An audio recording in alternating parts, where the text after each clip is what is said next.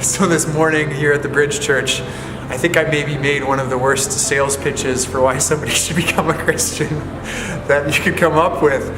We looked at the crucifixion of Jesus and all of the things that lead up to it, and just the way in which this is the worst of human evil and violence and supernatural evil and violence just thrown against Jesus. What he endures going in through the cross and through all the suffering leading up to it.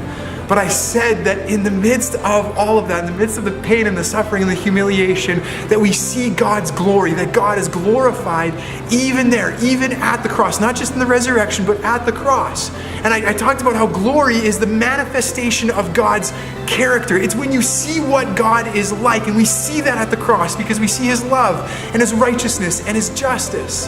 And then we talked about Simon, this guy who just in the wrong place at the wrong time ends up carrying Jesus' cross. And we talked about how Mark, I think, really uses that as a picture of discipleship, that when we follow Jesus, we are going to carry the cross. We are going to endure periods of persecution and suffering and trial and humiliation and so on.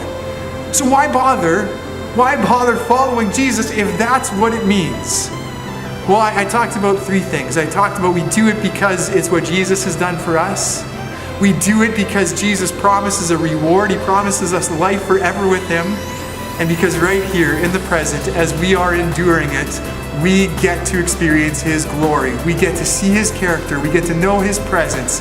There's so many passages we could go to, but that one from Philippians 3, Paul saying, I want to know the power of his resurrection and the fellowship of his sufferings. That to know Jesus is better than anything else in the world.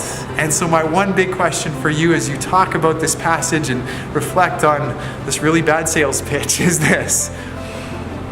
If following Jesus means suffering, why should you do it?